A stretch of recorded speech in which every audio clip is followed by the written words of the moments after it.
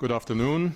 Welcome to the press conference that's happening after the fourth meeting of the ESM Board of Governors here in our ESM office in Luxembourg. I'm joined on the stage by Jeroen Dijsselbloem, who is the chairman of the ESM Board of Governors, and by Klaus Regling, the ESM's managing director.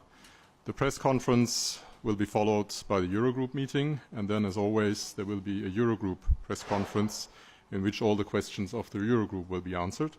So without further ado, I propose that Jeroen Dijsselbloem and Klaus Regling do some short introductory remarks, followed by questions from you. Thanks. Thank you. We just finished our fourth annual meeting of the ESM Board of Governors, comprising, as you know, of the 19 euro area Ministers of Finance. We approved the ESM 2015 annual report and its financial statements. We took note of the ESM external auditors, as well as the ESM Board of Auditors report, backed the financial statements without any qualification.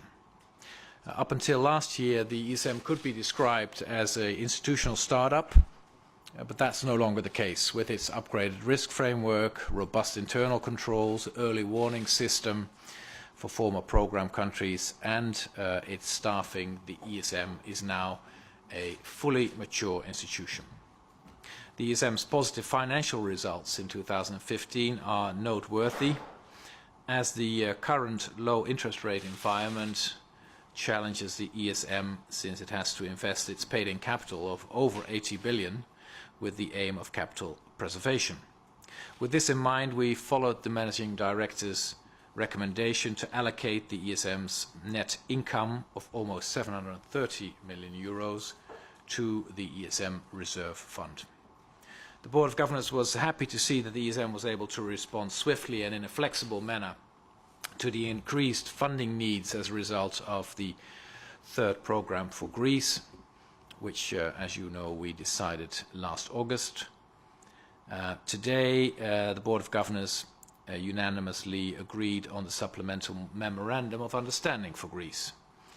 This MOU contains all the reforms to be implemented, as well as the agreed contingency mechanism. This supplemental MOU replaces the MOU concluded in August last year at the start of the program. And this decision paves the way for our Board of Directors tomorrow morning to decide on the first disbursement of the second tranche, and for the ESM to then disperse the funds swiftly to Greece. So let me just talk about two topics that I propose to the Board of Governors. First, the evaluation of stability support programs by the ESM, and secondly, the ESM Transparency Initiative. On the first topic, the evaluation of programs, there was broad agreement to start an evaluation process of former stability support programs. The purpose being that we want to carefully examine the financial support provided in past programs, to draw lessons from them, with the aim of increasing the efficiency and effectiveness of the future, of course, primarily focusing on the role of the ESM in the programs. Then the second specific topic we discussed was the ESM Transparency Initiative. I think a very important topic. Transparency, in my mind, is key if we want people in the euro area to understand better our decision-making process and the outcomes of that process.